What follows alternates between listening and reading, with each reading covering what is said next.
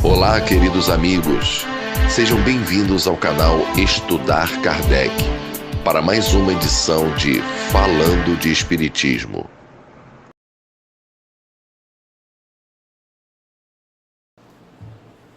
Olá, queridos irmãos, queridas irmãs, juntos aí, mais uma vez, para darmos início aos nossos trabalhos, hoje com a segunda parte do tema Doutrinar ou Esclarecer. É uma matéria que foi tirada lá da Revista Internacional de Espiritismo, de agosto de 2018. Falávamos no capítulo, na primeira parte, no vídeo anterior, onde no final do vídeo eu dei o meu esclarecimento, minha posição. Não está no texto, é a minha posição a respeito daquele esclarecimento que lá fiz. Hoje estarei repetindo aquele último parágrafo que é pequeno, mas só que eu não vou fazer um esclarecimento, nem vou falar porque eu já falei anteriormente. E vou ler só para a gente poder se situar melhor naquilo que estávamos estudando, analisando na parte anterior. E não se esqueçam, aqueles que estiverem interessados em discutir, debater, criticar, dar sua posição, escreva lá para o nosso e-mail, que sempre aparece no final das nossas edições, e teremos o maior prazer em estar dialogando com todos vocês, ok? E dizia anteriormente o seguinte: ignoravam os doutrinadores, sem dúvida, que a própria associação espírita em que atuavam era apenas a expressão material de uma inimaginável instituição invisível. Vejam bem, inimaginável instituição invisível, que servia de escola, de hospital e celeiro de trabalho e amor, para que os desencarnados ali acolhidos permanecessem, até serem transferidos para colônias espirituais, condizentes com a sua condição vibracional, aonde se preparariam para futuras reencarnações. E seguindo, salvo engano, foi o espírito de André Luiz, na obra Desobsessão, que introduziu o termo esclarecedor. Lá naquela época, quando Chico escreveu o livro Desobsessão. Eu não tenho aqui de cabeça a data que foi a publicação desse livro, mas já tem bastante tempo, né? E lá André Luiz achou que o termo esclarecedor seria mais exato para se colocar. Isso está no capítulo 20 do referido livro. Ele orienta que num grupo mediúnico, e mais ou menos 14 pessoas, por exemplo, trabalharão 2 a 4 médios esclarecedores. E no capítulo 24, ele ressalta a importância daquele irmão na função de esclarecedor. Porque, aí agora dou uma paradinha, porque muita gente, muitas pessoas, muitos irmãos, muitos médios, não sabem direito como se expressar, o que vai dizer para o espírito comunicante. E aqui volto a repetir de novo, é um trabalho muito legal, eu vou recomendar sempre que eu puder, esse trabalho do nosso irmão Américo Sucena, que é do livro Falando com os Espíritos.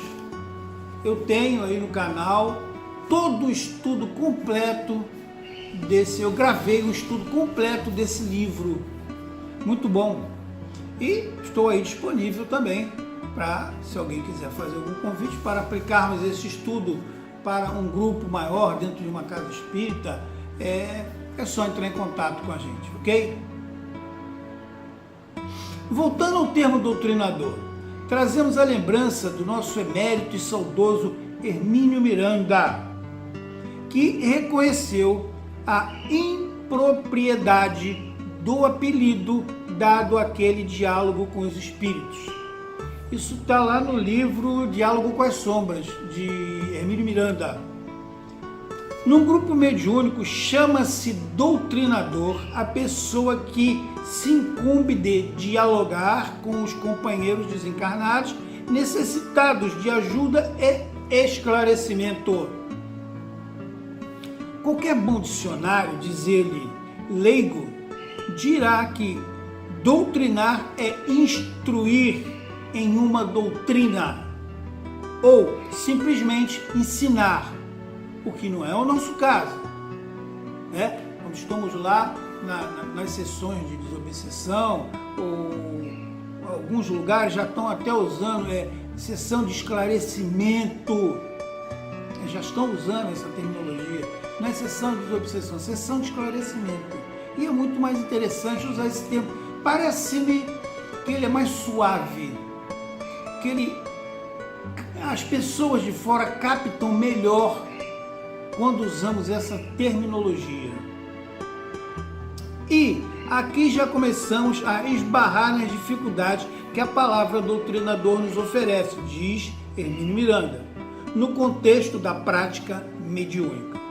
Em primeiro lugar, porque o espírito que comparece para debater conosco os seus problemas e suas aflições não está em condição, logo aos primeiros contatos, de receber instruções doutrinárias de qualquer natureza, ou seja, acerca da doutrina espírita que nós professamos e com a qual pretendemos ajudá-lo.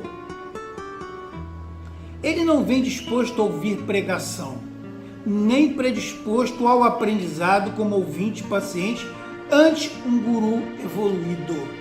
Palavras de Hermínio Miranda. Nos casos em que atendemos desencarnados, ainda muito perturbados pela morte, acreditando dada as suas sensações que ainda pertencem à vida terrestre, devemos com eles conversar, respondendo os seus argumentos com sabedoria e amor fraterno.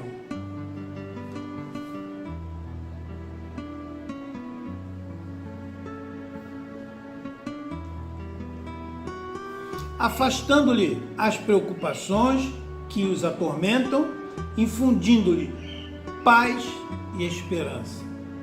Não devemos nos apressar para dizer-lhes da sua nova condição. Dá uma pausa aqui. O que ele está querendo dizer aqui? Porque é fato, eu já presenciei por várias vezes as pessoas, ao estar lá dialogando com os nossos irmãos encarnados, dizer assim de voadora mesmo, né? Dá uma voadora legal no espírito. Você desencarnou. Você tem que saber que você desencarnou. Não é assim.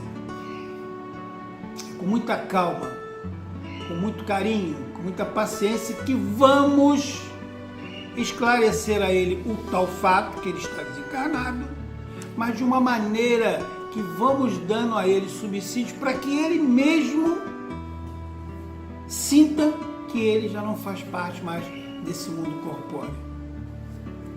E continua.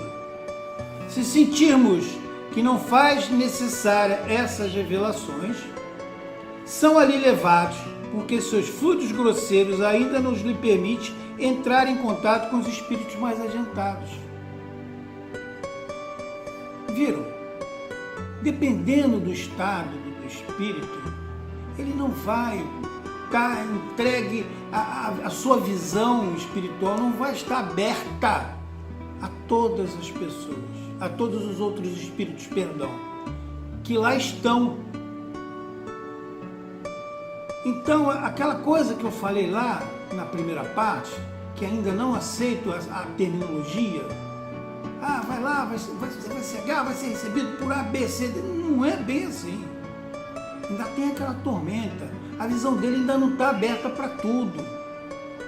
Ele ainda carrega coisas muito pesadas. E cada coisa no seu momento. Lembram de André Luiz? Quanto tempo ele levou para ver a mãe? Mas ela estava sempre presente por ali, mas ele não conseguia, com os olhos do espírito, enxergá-la, porque ainda estava com muita coisa grosseira ainda. Então temos que ter muito cuidado ao dizer o que vai haver do outro lado, até porque não sabemos de tudo. Sabemos uma parte, e muito pequena, posso garantir a todos vocês, muito pequena. E continua: aos esclarecedores compete instruí-los evangelicamente, na condição de terapeutas que devem assim o ser, conduzindo-os com sabedoria e, se decidirem aceitar a cooperação dos instrutores invisíveis, ali presentes para aconselhos em nome de Jesus.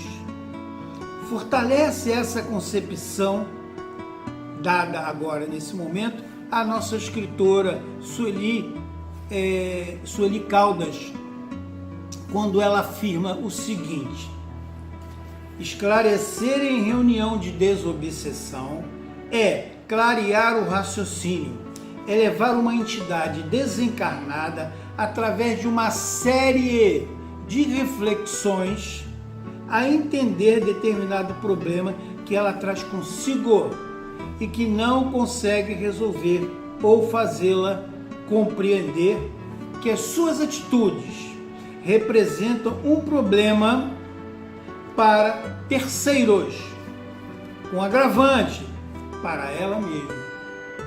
É levá-la a modificar conceitos errôneos, distorcidos, cristalizados, por meio de uma lógica clara, concisa, com base na doutrina espírita e, sobretudo, permeada de amor. Sensacional essa colocação da Sueli Caldas. Muito bem colocada.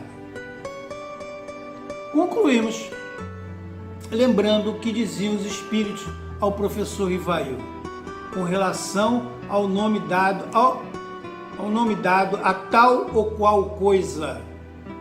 Abre aspas. O nome pouco importa, desde que vos entendeis a respeito dele.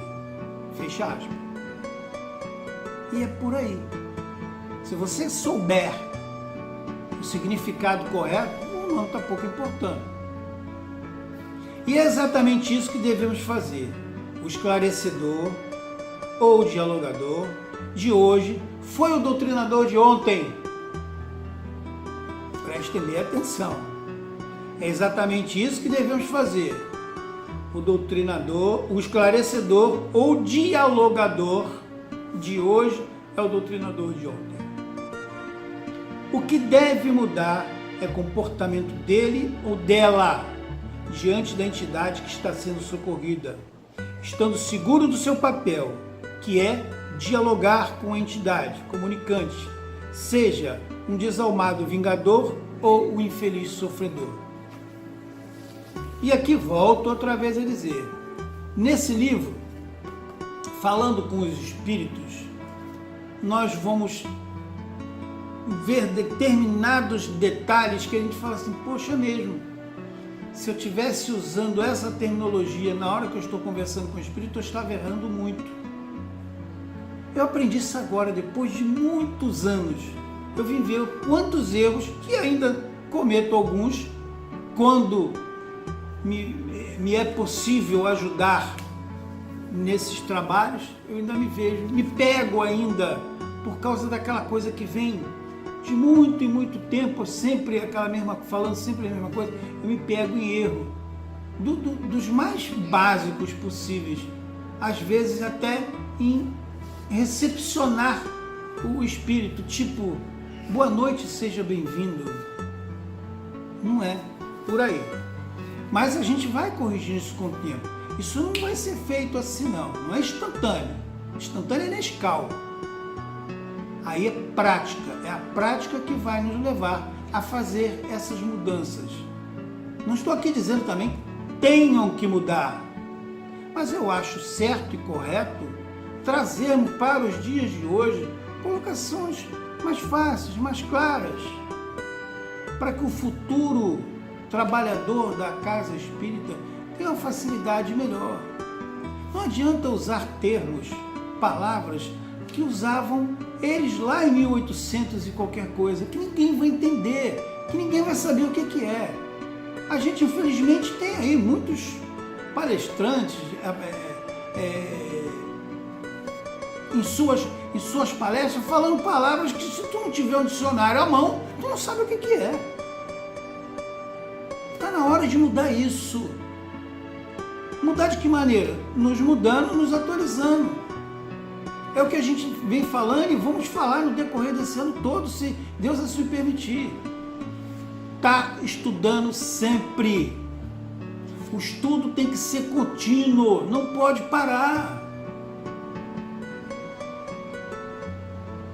Chegou lá no finalzinho, o que eu vou fazer? Vou voltar outra vez e vou continuar estudando de novo. Porque cada vez são mais esclarecimentos, são mais amadurecimento que temos das coisas.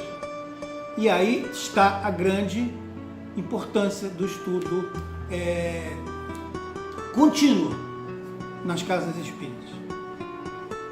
E quase finalizando, vamos lá.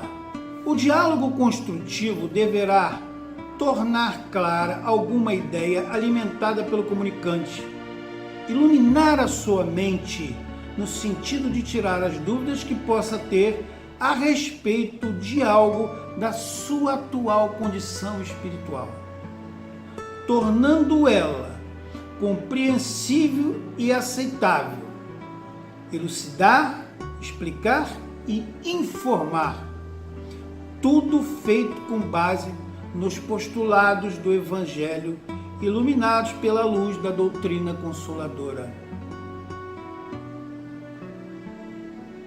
Um outro erro que a gente vê também é o esclarecedor dizer para o Espírito assim: eu já presenciei. Olha, meu querido irmão, diz no livro tal de fulano de tal que a gente deve fazer isso e assim, assim, assim. A gente não tem que dar explicação de onde você está tirando aquilo. Primeiro, porque tudo que você disser para ele tem que estar com base fundada nas obras de Allan Kardec. Ponto. O resto pode vir até depois. Mas até ele ter a compreensão, tudo que você levar para ele tem que ser com base nos fundamentos dos livros de Allan Kardec, o codificador do Espiritismo. Ponto. Finalizando, diz o irmão aqui no texto: como leitor, aqui no caso não, como ouvinte, pode concluir, tudo isso nada tem a ver com doutrinar no sentido estrito da palavra. O esclarecedor atende, acolhe, dá atenção, fica disponível para ouvir atentamente.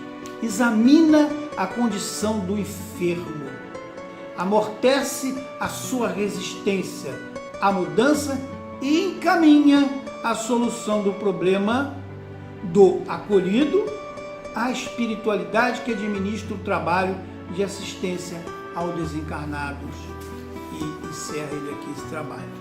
E aqui é muito importante nós sabermos disso também. Lá no livro, Falando com os Espíritos, a gente fala sobre isso também. Quem faz o trabalho final, quem faz acontecer de fato tudo, é aquele que está lá do outro lado, que levou esse espírito necessitado lá. São os guias espirituais. Nós somos apenas um instrumento para dar o primeiro passe. Como a gente fala em determinados momentos lá nesse trabalho, quando a gente se dirige ao espírito que às vezes está muito nervoso e que não, a gente vê que terminou o diálogo naquele momento, não tem mais como conversar com ele, que a gente fala para ele ter calma, respirar, que ele vai receber do espírito que está lá perante a ele fluidos para acalmá-lo. Então não somos nós que vamos acalmá-lo, nós vamos esclarecer. Quem vai fazer essa imposição fluídica nos espíritos são os nossos irmãos que o trouxeram para aquele trabalho, entende? Porque muitas vezes o médium pensa que é ele que fez aquilo. Não somos nós, não.